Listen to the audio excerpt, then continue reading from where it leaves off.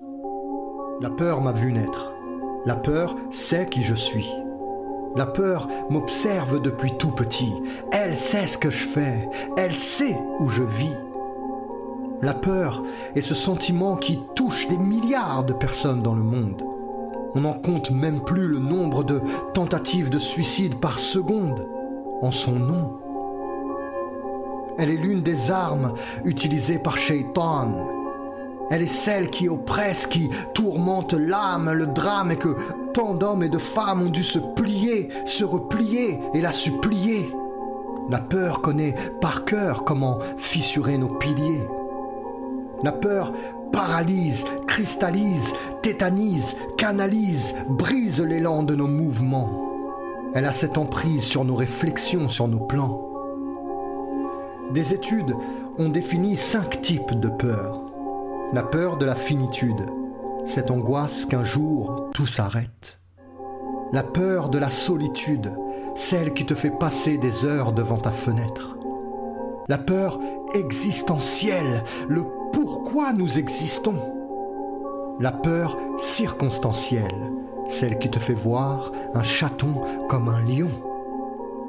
Un jour ou l'autre, toi aussi, tu feras sa rencontre.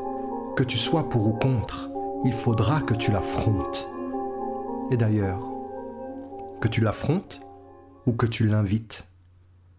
Faut-il que la peur je l'évite ou que je lui rende visite?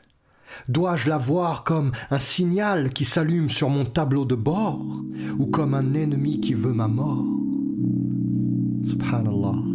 Ar-Rahman dans le Coran nous offre une clé qui nous permet d'être outillés face à nos peurs pour pouvoir les nommer, les intégrer et ainsi retourner la vapeur. La peur en soi est une information. Elle nous sidère ou nous pousse à la réaction. La clé que le divin nous offre est coraniquement son opposé. Et sais-tu quelle est cette clé? Al-Iman.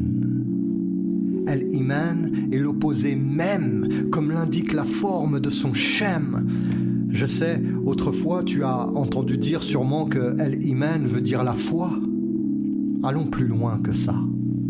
Iman vient de la racine amana, l'idée de dépôt, mais aussi et surtout l'idée de sécurité.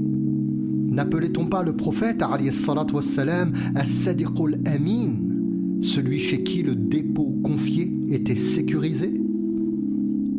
Al-Iman, c'est l'état d'âme d'action. L'état d'âme d'action qui permet de s'affranchir des conséquences négatives des préoccupations. Vous savez, ces préoccupations qui font se poser à l'homme un tas d'existentielles questions.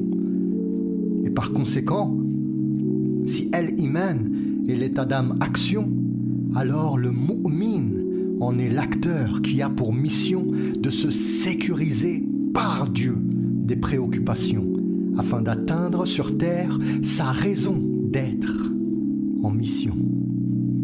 La révélation d'Allah nous offre encore plus de clés. Cette liberté retrouvée se crée aussi par d'autres alliés. Les puissances célestes, les malaïkat, les révélations, les prophètes sur la paix et la bénédiction. Tout comme le jour de l'obligation, Yawm al-Qiyamah. Al-Iman est la clé contre la peur. Ce iman qui fut scellé dans le cœur des jeunes de la caverne. Ce iman qui fut scellé dans le cœur de la mère de Moussa alayhi salam. Elle, cette femme, effrayée à l'idée que son bébé soit tué par Pharaon. Elle, dont Allah subhanahu wa ta'ala scella dans le cœur ce wahi, cette inspiration. Cette prouesse d'une femme en détresse de déposer dans le Nil son bébé à la merci des courants et des crocodiles. Un panier voguant sous l'œil aimant du tout amour rayonnant. Ar-Rahman. Veux-tu comprendre un peu plus profondément le sens de Al-Iman? Quelques réponses sont là. Ça, c'est hardcore.